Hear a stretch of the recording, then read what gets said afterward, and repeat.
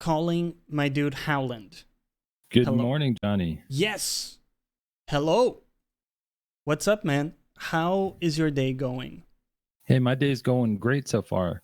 I've got the power of caffeine running through my veins. Yes, very good, man. Welcome back. Great to have you again on the channel. It's been a little while, not that long since last time, only maybe a few weeks, but a lot has been going on with you. You've started a new podcast, which I want to talk about. I've listened to the episodes, and you've moved on from your prior job as well. So, there's a lot to talk about there. You also mentioned you wanted to talk about leadership, and that's super interesting to me. So there's a lot to unpack there, but welcome back. Give us a quick rundown. Like, how have you been? What have you been up to? Well, since the last time we talked, I'm going to sum it up by saying I'm like Gandalf. I fell through and I've arisen the white.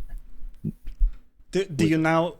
You don't have the white hair though. That seems to be the same. So I was expecting a more dramatic.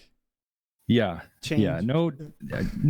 The white hair is slowly working its way in, but it's not full on white just yet. But I'm starting to get some white hair, some like gray hairs in my beard. Do you get that as well in your beard? Oh yeah, absolutely. Right there, same spot, right on the chin. Good. Yep. And sometimes in my hair too, but I tweeze them out because why not? Right. So last time we talked about some mental health stuff, and I was a therapist then, and now I'm not. I mean, you're still a therapist, but maybe just not practicing. Yeah, I'm still a licensed counselor. I'm just not practicing right now. So I wanted to ask you a lot of things, but maybe the first one was, do you plan on doing any work related to like the counseling thing, or? Yeah, absolutely. Counseling and helping people is my passion. And I've been helping people for about 5 years with mostly mental health related issues. And now I'm looking to transition into maybe like a college or university where I can help students with different things like academic advising, admissions counseling, sort of more like an administrative role. All right. Where I'm going to be meeting with mostly students, and maybe the meetings aren't an hour and we're talking about bipolar. We're talking about setting them up for success in their career. Right. So a bit more disconnected from the one-on-one, very, personal, because you said that stressed you out a great deal, right? Yeah. And I didn't realize that. It kind of was a slow process where I started realizing that I was being triggered by my own memories and experiences in life. You were connecting a bit too much with. Yeah, I was connecting way too much. And it's easy to say that, we're going to put up some boundaries and we're going to have this compartmentalization about it. But my brain just doesn't work that way. And so it was time for me to finally cut the cord with that, but also use my knowledge that I've gained and use my skills in a different way. Yeah, of course. We got a bunch of people jumping in. Ruby, welcome back. Danny, Compton. What's up? So, C. Compton 330 is my mom. Hey, Mom. That's amazing. Hello, Howland's mom. It's a pleasure. Hope you enjoyed the conversation. Night Owl, thank you for the host and welcome back, dude. How's it going? So, okay, good. That's a good start. And you've started a new podcast. I hope I'm not revealing this to your mom and she's already privy to this information. But you've done 3 episodes, right? At least those are the ones I've listened to. I found them to be very good, man, actually. So maybe we can talk about your latest one, which was, I think you call it reactive change, right? Yeah. Do you want to give a quick description of how you view that? And yeah, so reactive change is an organizational psychology term that I kind of just used on my own because my decision was a reaction to what my body was telling me. So in my certain situation, it was a reactive change because it wasn't a change I planned for. It was a change that I had to react to. Wow, my phone is not silenced. Don't worry about it. My apologies. Keep going. So it's a reactive change. So I have to kind of think about change in 2 different ways. There's planned change and then there's unplanned change. And with the latest podcast, it's going to be the first podcast in a 5-part series about dealing with unplanned change, when change happens to you, not something you planned for. So that's kind of where I was going in the latest podcast. Right. With that reactive change being focused on the job. Yep. There's 4 other reactive changes or unplanned changes, like a loss of a loved one, a divorce, moving, or I'm blanking on the last one. I don't have my notes. Right. So there's different types, right? Yeah, there's different types. Yeah. And I plan on spending each episode talking about a different type, with the grief and loss episode having a special guest to talk about what it's like to lose a parent. Right. Oh, that's heavy stuff. Yeah, absolutely. Do you think that, like, when something like that happens that significantly changes your life, either, it could be an illness or it could be like a job change, as you said, or something like that. Do you think that you have to change something on your end always? Or is it also fine to just say, I'm going to keep doing things as I've been doing and just sort of adapt? Well, I think every situation's different. And illness, that is the other one that I couldn't remember at this moment. Like, you go into the doctor's office and they say, hey, you have cancer. Like, that's an unplanned change. Right. It's probably one of the biggest changes you'll have to make. So I would say every situation's different, because sometimes you can have a change that's forced upon you, but it's not anything that you were doing wrong necessarily. So you can continue doing what you've been doing. But I think most of the time when a change is kind of forced upon you, you have to change a little bit. And I think you have to change your mindset, your outlook, your routines to try to adapt to what is going on. Night Owl says that was 100% me last year. My entire year got changed and messed up because of it. Damn, dude, if you want to share some of that, feel free to. I mean, Howland, your journey is a little interesting, right? Because now you're focused and excited about kind of writing, right? So that's the main thing you're trying to push now. And I think you said writing for video games specifically? Specifically writing for video games, because when I graduated college and with my bachelor's degree 15 years ago, it's been a while. Is there something going on with my video in the... No, your video looks fine. Okay, on my just side. On my end, then on my end, yeah. It keeps... So on my end is all that matters. So you're good. Yeah. So 15 years ago, when I graduated college, I wanted to be a writer. And I came out of college at the worst time possible, when magazines and newspapers were starting to transition into a lower population workforce and online stuff was starting to become more prominent. And I never really fit into that because all I had trained on was print media. And I just ended up getting a random job that then, got me into this path of working in the business world. Along the way, I went to counseling route. But now that I have a little bit more time and I'm not as stressed as I was, I find myself returning to writing and really enjoying writing. And since writing is a passion, and since one of my other passions is video games, I thought it would be really helpful to me to kind of combine those. Right. As I don't have any experience as a writer, in case that's not abundantly clear. So how do you plan on monetizing that skill? Or do you want to keep it as almost like as a side gig kind of deal? Well, I'm still in the planning stages of that. Okay. I did submit a character bio for a contest. Unfortunately, I didn't get picked, but I'm really happy with the product that I came out with, and I gave it a good try. For my first time ever, I was really proud of what I'd accomplished. And so I plan on kind of trying to build a portfolio of video game style writing. So I plan on maybe once a week Googling a question about a character in a video game and like writing about that. Like, hey, design an NPC for this city, for like Sanctuary and Borderlands. Design an NPC that would live in that city. And I'm hoping that by building that portfolio and maybe sharing that on my website, I'll be able to get maybe some freelance jobs through like Fiverr or something like that. Right. When you start in something like that, you have to get your foot in the door somehow, right? And at some level, you have to understand that there's going to be a lot of rejection along the way because you're new around the block, right? You need to prove a little bit what you can do first. So Yeah, absolutely. And I'm in a position right now where I'm going to do it for like that contest I talked about, like try to find those opportunities to kind of put my foot out there. I'm Yep. getting my foot in the door, and I'm going to try to get my foot out there more. So even if it's something where, maybe somebody messaged me and asked me to write something for free, I'm going to do that right now because I'm trying to build my portfolio. I'm trying to build that brand and that style. So for right now, it's all about building that foundation. Right. That it might, Yeah, that's and you have to be patient, uneven. right, and careful with your expectations too, because if you have too unrealistic of an expectation, then you might just kind of shoot yourself in the foot, right? If you expect this kind of magical, just like blow up success story, you have to be careful with how you, manage your expectations. Yeah, I know. When I was submitting for that contest, one of my friends was like, "Oh, I hope you win," and I'm like, I would be shocked if I was even mentioned because this is the very first time. It's almost like a rough draft of a rough draft. Like just put words down on paper and hope they made sense. That was all I was shooting for. Right.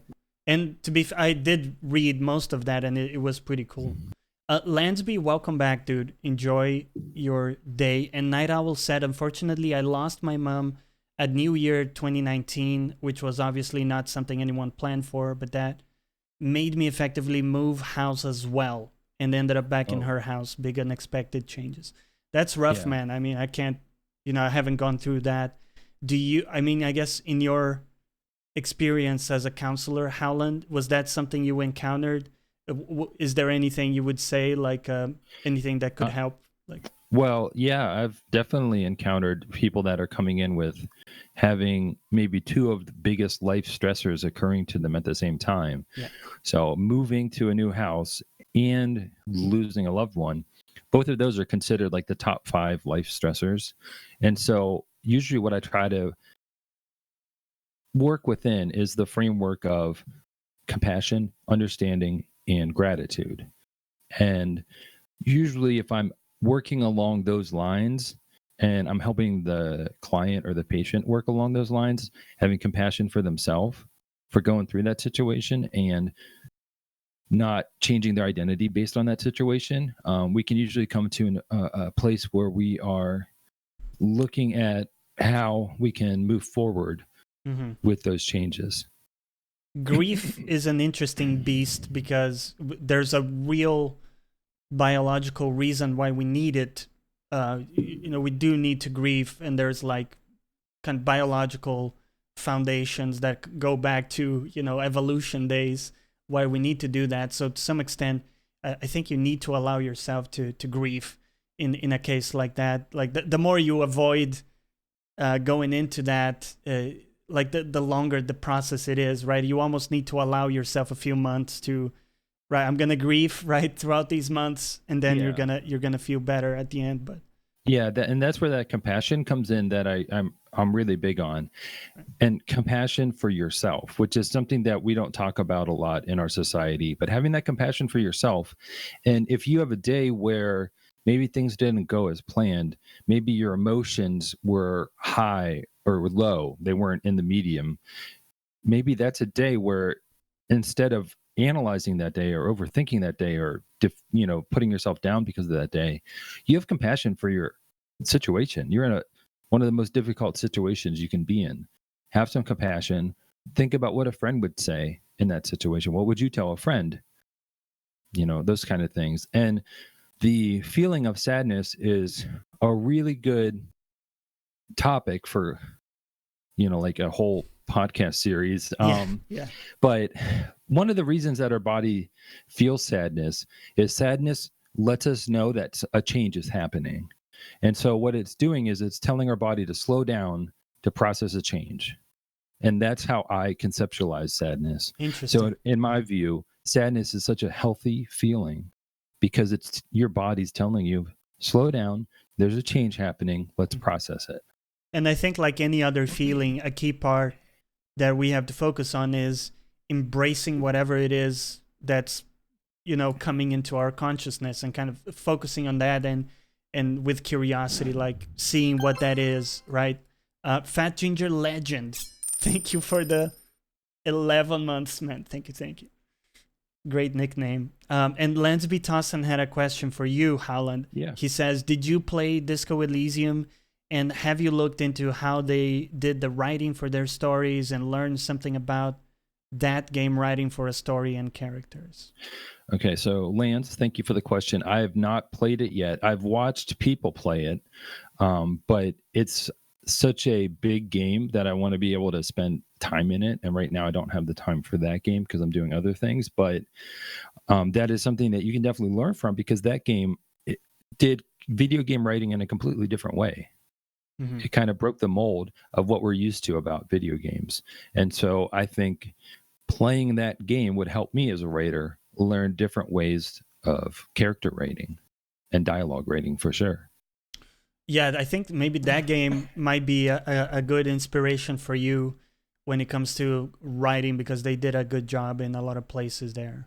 Yeah. And a lot of games I don't think tackle the inner monologue characters have. Yeah. And so writing a video game with the inner monologue being at the forefront of the game, I think is a really interesting idea. Mm-hmm.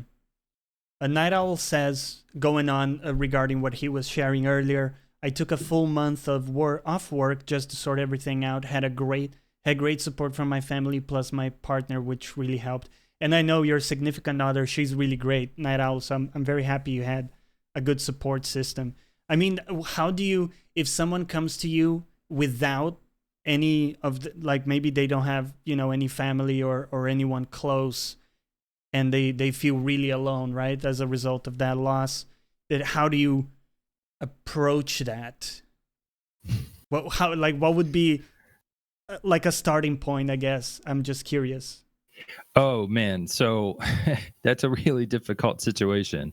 And I've certainly been the counselor in that situation, because for a while I worked with the homeless population who had no basic needs. They didn't have the shelter. They didn't have the access to food all the time. They didn't have access to friends and family and support. So a lot of times for those clients, I would kind of come at it from a perspective as, if you feel like you're alone and that nobody cares about you, at least when you come here, you're supported and cared for. And sometimes that's a pat on the back, hey, how you doing? Good morning.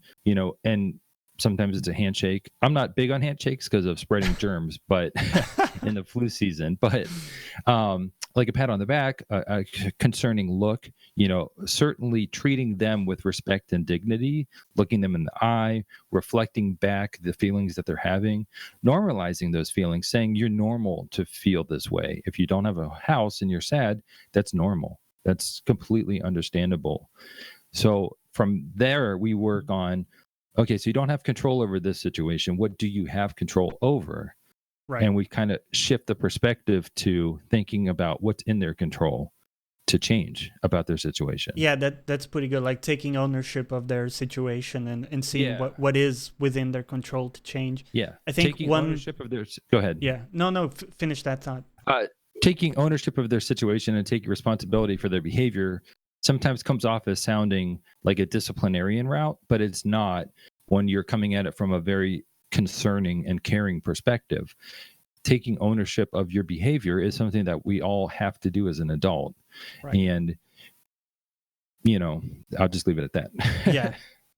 Night Owl says, I assume there's clubs available for people to meet up in similar situations just so they aren't alone. Yeah. Right. In the States where I live, every homeless shelter has like a men's group or a women's group every day that they can attend and interact with their peers. And I'm sure that can help. But I think a big thing is also becoming your own support group in some sense. Yeah. Like, finding a place where you're at peace with yourself and you kind of, you have the fortitude where you don't really rely on people being around you to support you. And if they are, that's great. But, I think it's within everybody's reach to find that place where they are kind of, strong and independent in that they don't need external validation or external just direct, pats on the back. And maybe some people need external help to get to that place, which is where I think, your job is super important. But replacing external validation with internal validation can take years. Right. It's a process. It can take a long time. And that's ultimately the goal that most clients, depending on if it's homelessness or anxiety, that's the goal that we try to work towards, is managing these symptoms on our own, managing our confidence on our own, managing our affirmations on our own. Yeah. That's usually the end goal, like the overarching end goal that I have in mind, is making it so that the person never sees me again, because they are their own counselor. They are their own therapist. They have all these tools and they know how to use them, what tool to use for what specific job, and what to do when things go wrong. Yeah, no, that makes a lot of sense. Fuyu, welcome back, and Blazing Ronin, what's up? So, okay, I don't want to get too deep into that rabbit hole, because I know, you and I can talk about that kind of stuff for a long time. There was like a number of things I wanted to touch on. So the other thing you mentioned was leadership, and you thought that was interesting for us to talk about. So I think, are you going to do an episode in your podcast about leadership? Yeah, and I think more than one episode, because it's such a broad topic, and there's so many different styles of leadership. Yeah. But leadership is something that is something that I think is another one of my passions, is thinking about leadership and thinking about creating leaders and the role leadership plays in our culture. And so I thought about actually doing like maybe a 5-part series every day for like a week, just about leadership. And so where do you come in on this? Like, what is your interest? Do you want to maybe work on being a coach or something like that at some point? Or where is the interest about leadership coming from? So that's funny that you say coach, because that was always one of my dreams when I was a kid. Right. I grew up playing soccer, and when I graduated high school, I wasn't done with my passion for the sport. And then I also had this passion for helping people. So being a coach is something that I always wanted to do. And so if I can train leaders, then I'm essentially coaching again, even though it's not on the sporting arena. So that's sort of where my passion comes for. I was actually thinking more about coaching at a personal level, not just like physically. I was more thinking about like high productivity coaching, like that kind of thing. Is that something you would like to do professionally? Yeah, for sure. And I think there's always a room for someone to be talking about leadership and if you're talking about in business or productivity in any business, organizational psychology is a really interesting topic that is now starting to come to more the mainstream, with a lot of big Fortune 500 companies embracing organizational psychology and what that means for them. And for me, talking about building leadership skills and traits and characters and qualities and all that stuff also then helps me. So everything that I'm trying to do right now, I'm benefiting from. So when I stream on Twitch, when I create a podcast, when I do writing, all of that stuff benefits me. And if somebody else benefits from it, well, then that's awesome. That's just, the extra bonus. But everything I'm trying to do is to benefit me and my situation. Right. You're honing a skill set.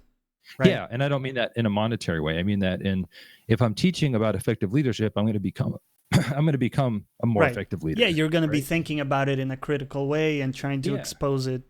Yeah. Absolutely. So Blazing Ronin asked, "Are leaders made or born?" And so no, that was fine.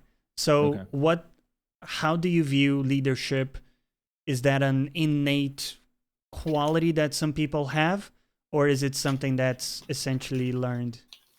All right, I'm going to pop in a cough drop real quick because I keep having to clear my throat. No worries. Go for it, man. Take your time. Okay.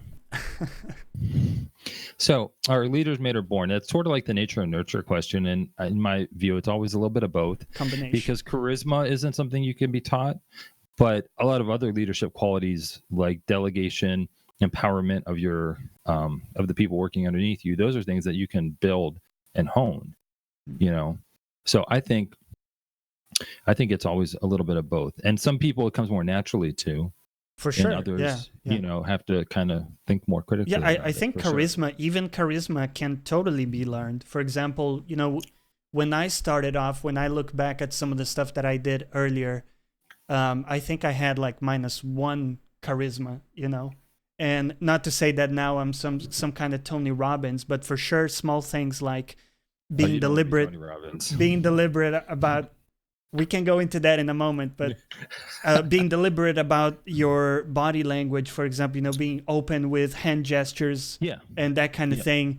You know, all of that adds up and gives you like more charisma. So for sure it can be learned to some extent, but of course some people start at different places, right? As you say, Yeah. and it's also like upbringing and the level of practice you've had at those things. But Yeah, I mean, thinking, you know, it's a video game. I think we're all brought together by our love of video games. So thinking about it like a video game, you know, some people are born with different stats. Like you said, yours was -1 leadership. Some people are born with +5 leadership, right? yeah. So Lucitan was saying people with a certain gene are more suitable to lead. Even if that was true, that for me only means that you just have to try harder to get to the same place that other people maybe get with less work. But that's in no way, shape, or form an excuse for you to not do it if you want to do it, or that certain people can't do it. I don't think there's like a hard limit of like, oh, you can't be a leader because you didn't have this gene or something like that. Yeah, I'm always skeptical of things like that because say that somebody told me that I had the gene for anxiety. Right. Well, okay, that can be true, but I still have to work on it. I still have to Exactly. work on using my coping skills to manage it. Yeah. And so I'm usually skeptical because sometimes it's like, well, which came first, the gene or the study? Did the study just prove itself to be true, or did the gene really, you know, taking over and changing these people? Yeah. You know, I'm always skeptical of that. Yeah, and so there is one exception. If your field is something that's incredibly competitive and it's a very narrow field, for example, if you're a basketball player, it doesn't really matter if you have great, like, you know, oratory skills. That's not something you're gonna be able to utilize. Really, the only skill, or you know, the only few skills that matter are the ones that are directly linked with how well you can play and score in a game, right? So it's a very narrow field where competition is super high, and really the only thing that matters is who's best at executing at that very particular thing. But the beauty of, you know, something like content creation or coaching or things like that is that there's so much overlap between skill sets. So someone is able to bring in a totally unique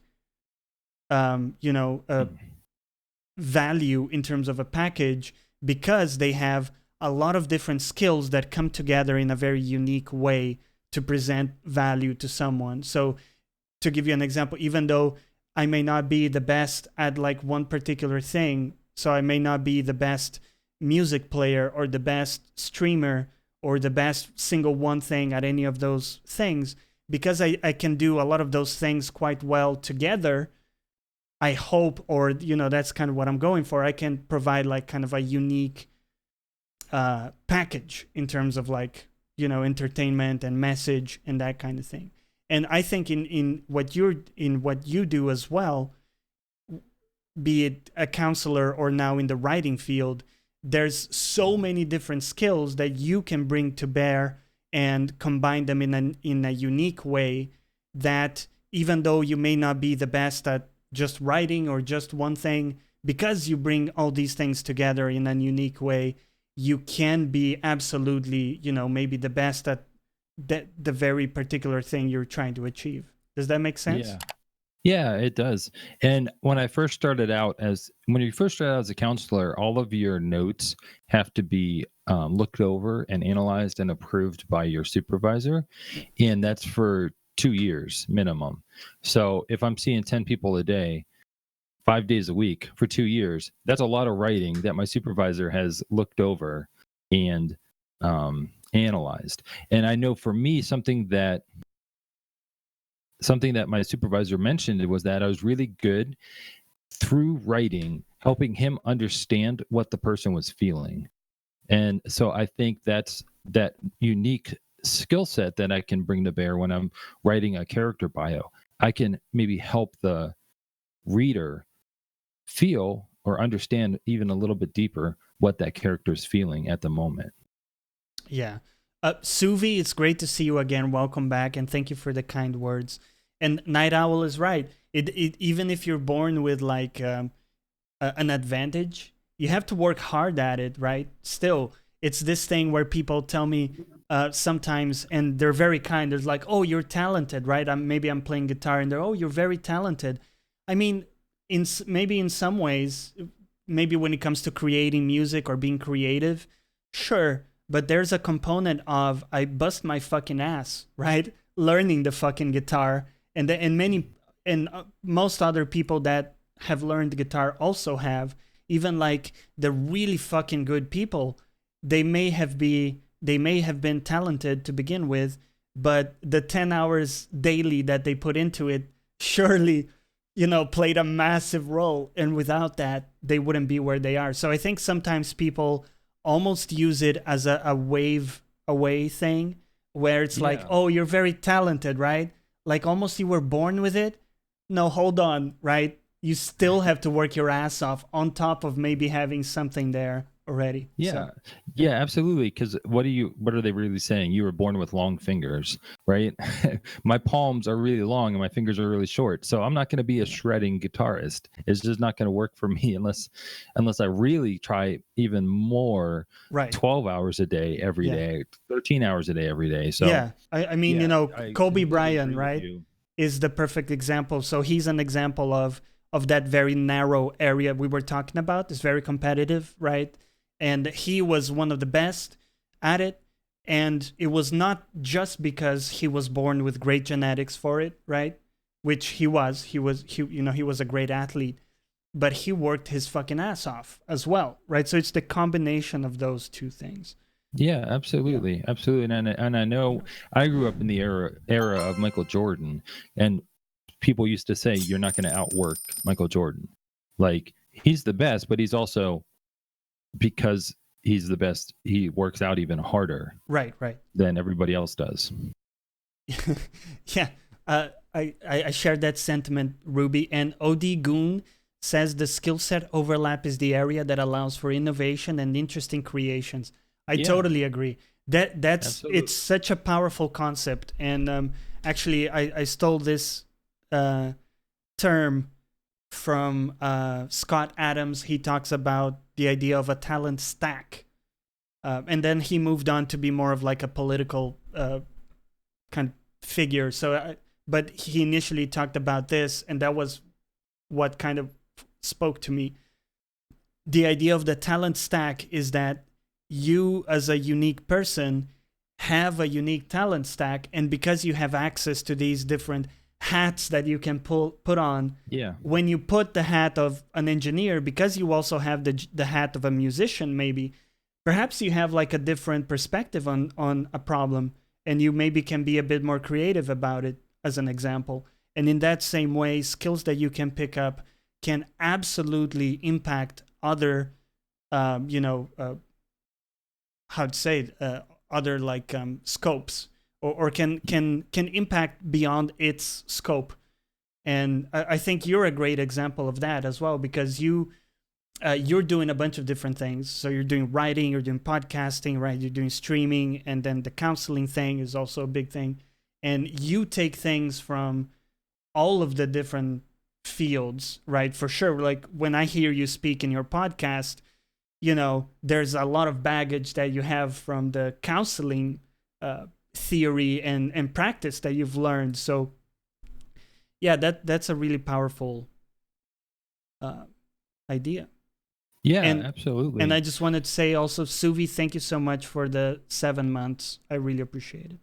Yeah, and you know, your hat analogy is a great one, and I know my wife talks about that a great deal. She's a teacher, so she has to think about what hat she's putting on to deal with each student. You know, maybe to in this 5 minutes, she's putting on the hat of a listener. Maybe the student's coming to her with a problem. Maybe she's putting the hat on of a disciplinarian, and she's got to say, "Hey, that's not allowed in our classroom," and I need you to speak with the principal about that. Maybe she's putting on the hat of a content creator when she's creating lesson plans and designing PowerPoints that are going to be visually appealing for her students. She puts on all these different hats. And so Yeah. for her, she's got this really diverse skill set that then makes her a unique person that she Right. is. And So absolutely. exactly. So in that example, even though she might not be the best at any single one of those things, like worldwide or whatever, maybe for one particular job, she's the best person suited for it because she covers like a wide, kind of set of perspective. Like she can come at it from a unique perspective because she has like this wealth of different hats, Yeah. as you say. Yeah. Yeah, and it was really interesting. I'm going to add this, and this is something that I just went through. So when I was leaving my career, and I personally speak with a counselor, most counselors do. We're real people that have real feelings and problems and concerns, and we need somebody to vent to as well.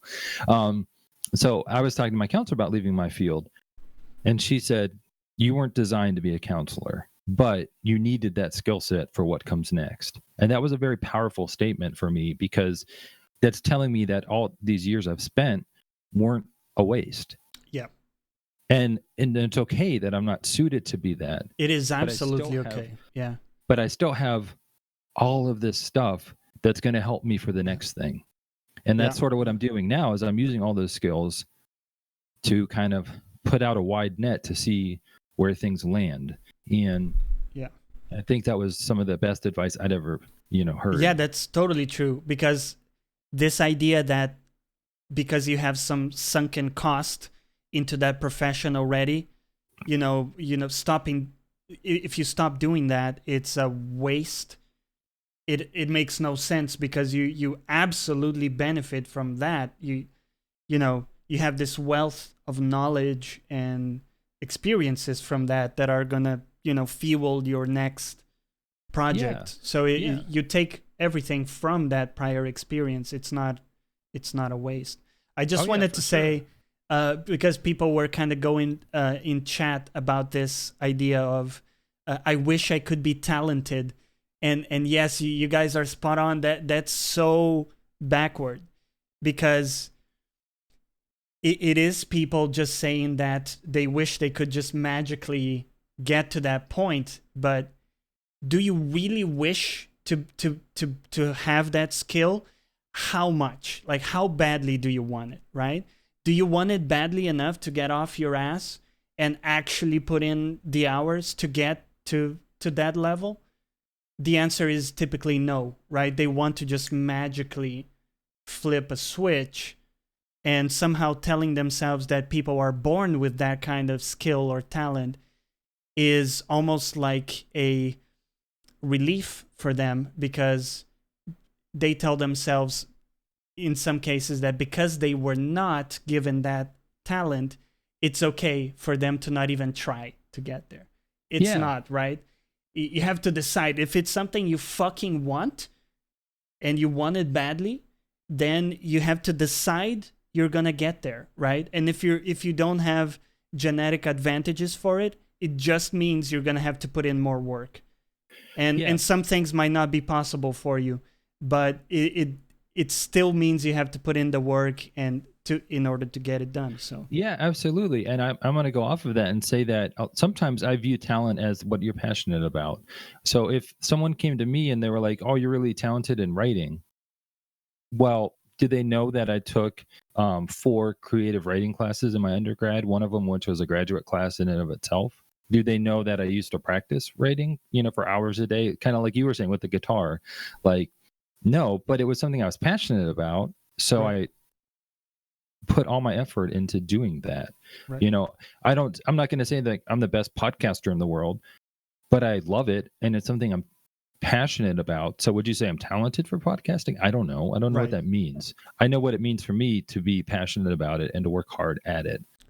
And Yeah. that's what I'm going to go off of. And Lucitan makes, I know he's joking, but a lot of people make this kind of straw man, which is, not everything is possible. And of course, that's true. Obviously, not everybody's suited to play in the NBA. I certainly am not, although I'm tall, but that wouldn't work. But obviously, there are things that are just not possible physically, right? Yeah. But when you go in the realm of, creation and, this kind of more, um, the kind of stuff that you and I are basically doing, right? There's way less of a hard limit on what you can achieve in an area like that. Yeah. So, and I know for basketball, there have been players that have been under 6 foot tall that have had success playing basketball. And just because we don't have an example of someone that's 5'5", that's an all-star basketball player, it doesn't mean that it wouldn't happen if somebody that was 5'5" put in the time and the effort to try to get to the NBA. right. Just because we haven't seen it doesn't mean it can't be done. Right, yeah. So I just thought that was important to say because I think Ruby was saying this and a few others as well, and Suvi, that when you get told that, wow, you're so talented, it's almost a slap in the face in the sense that, hold on, I put in like fucking thousands of hours into that, right? So it's almost like that's the biggest part. It's not that I was born with some kind of, facility to it. And it, maybe in some ways I was, maybe for like creating songs, I may have a facility there, but certainly I sucked balls at guitar for like the first year, like everybody else. So it's not like I was plugged into the matrix, right? And it almost takes away the merit when people say that. It's like, I think a much better compliment is just to say, holy shit, you must have worked your ass out to get where you are in terms of skill. That's a much better compliment, I think. Yeah, I completely agree. I know when I'd have clients, I'd be like, "Oh, you're really good at listening." Okay, yeah, I've got 38 years. Right, yeah. Yeah, I've got a lot of practice, and I did an internship for a year. I did practicum. I saw 10 people every day for 2 years under supervision, where all we talked about was how well I'm listening. So yeah, it's like, yeah, I would hope I'm good at listening. Yeah, and this connects with this kind of trend of like, it's not cool to try hard. You get these people on the internet calling you a try hard because I put in a large amount of effort into getting my lighting right, or even though I'm not good with that stuff. And so yes, I'm a try hard. I'm using absolutely everything that I have at my disposal and trying the hardest that I fucking can and being very self-critical to make the best stuff that I can. Yes, I don't understand at which point does that start being something you should be embarrassed about. It's so silly, this idea that, it's better to not even try because you're cooler that way, and then you also can't fail because you didn't try. No, guess what? You still failed, you fuck, because you're a piece of shit who isn't willing to put in the work for the things you want to achieve. So that's so backward to me, and it seems to be quite widespread, this idea of the try hard, Yeah. I'll put my nephew on blast for a minute. He would always call me a tryhard when we'd play FIFA on the Xbox. He'd be like, "Oh, you're such a tryhard," and I'm like, "Yeah, you're good. You're better than me. I'm trying as hard as I can. I'm using every button combination I know." Exactly. to try to beat you. Yeah, why wouldn't you? Why wouldn't you use fucking everything at your disposal to succeed in whatever matters to you, right? It's so backward. Anyways, I'm ranting too much today. I apologize. Oh, no, it's all good because that's what I'm doing right now. I've got a podcast. I've got Twitch streaming where I'm doing a video game. I've got writing. Yes. I've got a Yeah. website. I've got a t-shirt store. I've got a brand.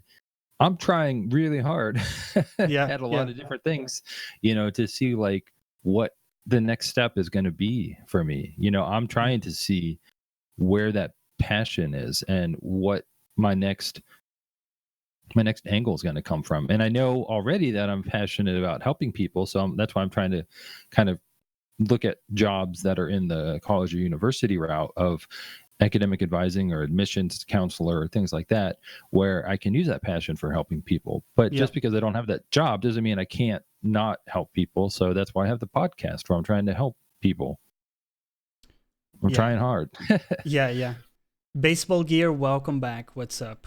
And thank you for that, Night Owl. If you have any advice, because Night Owl is a real pro, he does like, camera work and filming and stuff. So if you have any advice for my lighting and how it can be better, hit me up. I would love to hear that.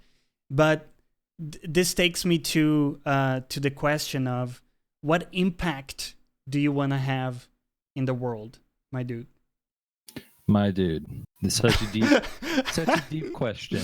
Yeah. So the impact that I'm looking to have on the world is the impact that I'm looking to change in myself first, is this daily mantra of being honest with myself, being compassionate towards myself, and being grateful for myself. And if I can do that for me, then it's going to be a lot easier for me to do that for others, to be honest with others, to be compassionate with others, to be grateful for others. And if I'm coming at it from that perspective, I'm hoping that I'm going to lead by example and have an impact on those around me to do that. And it can be an exponential growth that way. If I can teach others how to be honest, compassionate, and grateful with themselves, they can do that then for the others in their life.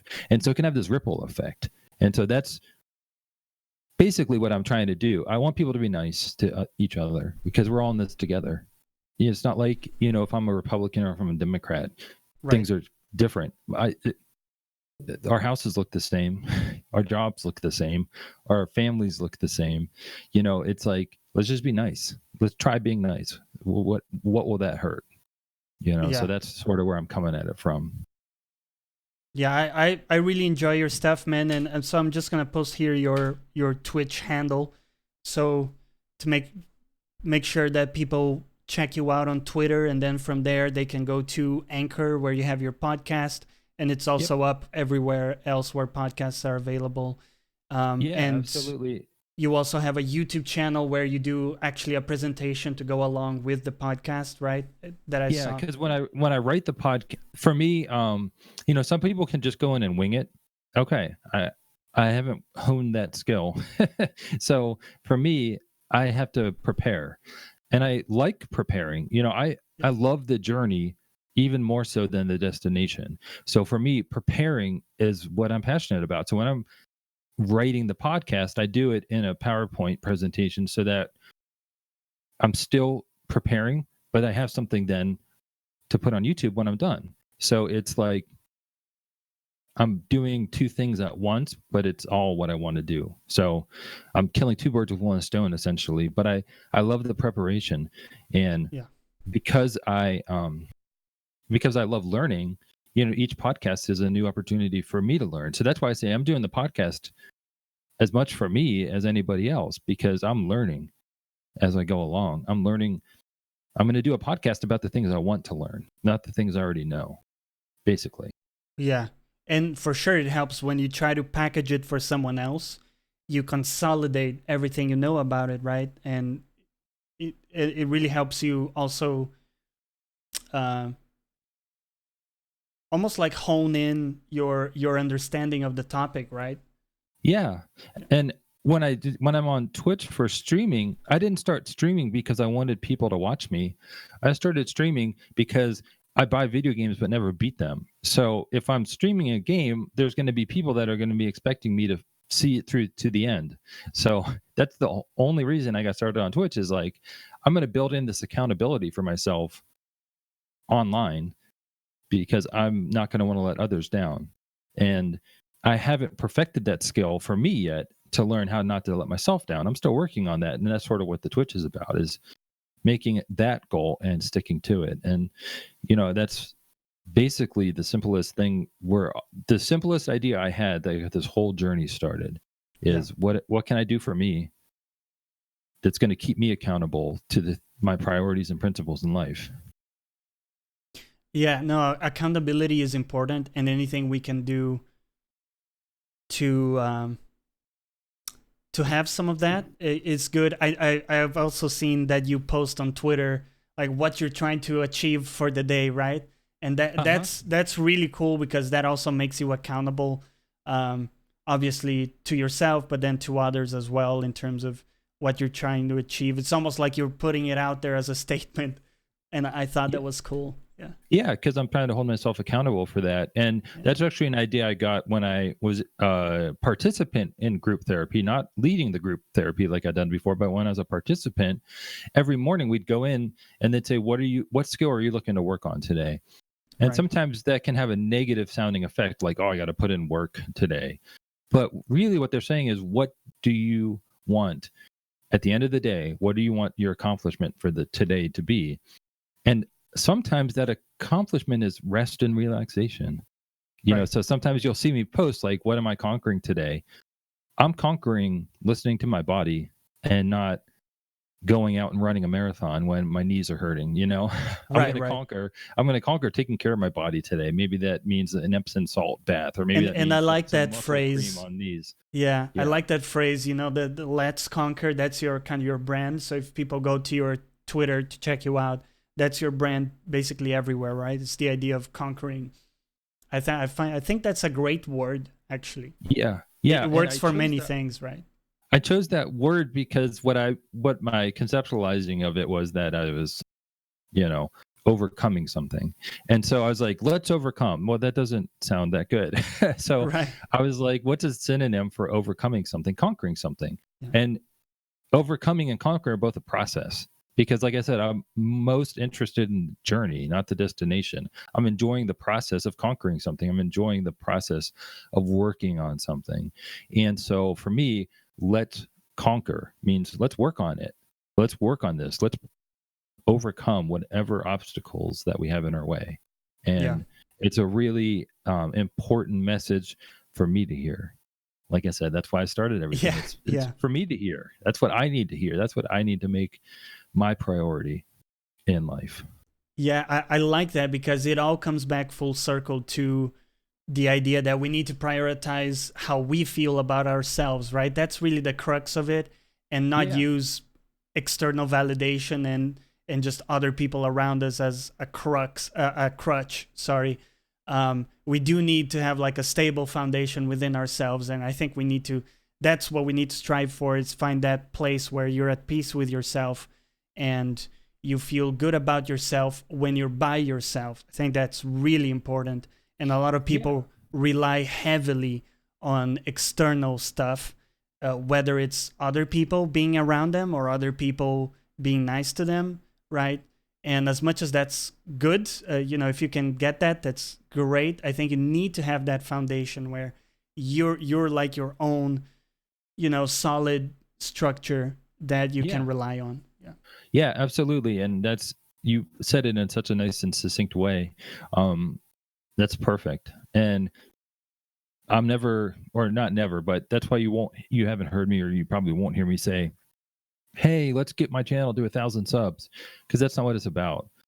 That's not what I'm about. I'm about an empty chat in Twitch is fine to me, because I'm still overcoming my thing, which is beating a video game. And so that's what it's about. And I wanted to tell you that I know it's rough when you start off. When I started off, I also had an empty chat room, and I think most people do, unless they're coming from another. So I don't want you to be discouraged. It does take time. Yeah. And it's a marathon, as you say, right? It's not a sprint. So keep Yeah, going. Don't burn yourself out. Pace yourself. Yeah. Pace yourself with it.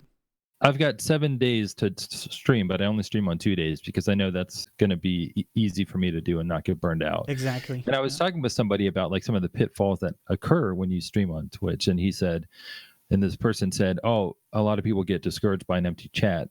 And from where I was coming from, like, "Oh, an empty chat means I can be as silly as I want." It means I can do whatever I want. Like that. And there's For me, this that's an open totally, slate. yeah, That's exactly. Yeah. an open slate to try something new. It's your show, right? Yeah. You shouldn't you shouldn't rely on having an active chat to have an active discourse. That's actually backward. A lot of people don't get that. And it took me a long time to understand too. It's coming from you as the host. You will see a lot of streams go into any Fortnite stream with, it can have maybe 20 viewers, and maybe the chat room is dead because the person driving the show is not, providing any fodder for the conversation, is not providing anything to build on as a conversation. Yeah. And so it has to start from you, even if you start with maybe no one watching or only a couple people. Yeah, it starts from you, and then other people will engage.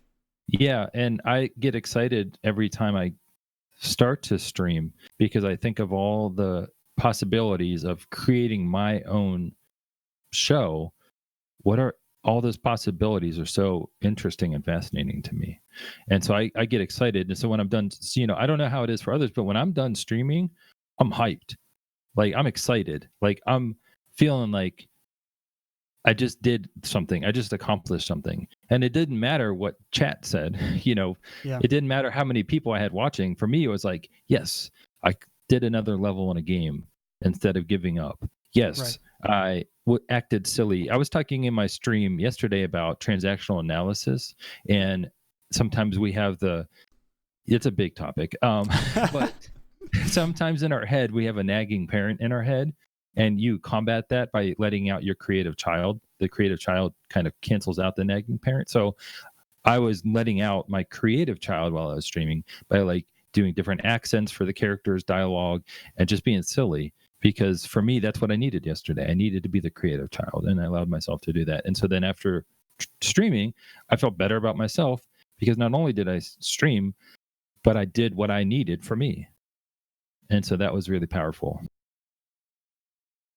Good stuff. Well, listen, man, I really appreciate your message. I always like having you on as well, and appreciate you as well as a member of our community there, always chatting and playing games and stuff. So I hope things go well for you. We'll have you on again, and then we'll see how your stuff is coming along. I'm definitely enjoying the podcast, so I recommend people go check it out. I posted a link for it. Let me post it again in case you missed it. Yeah.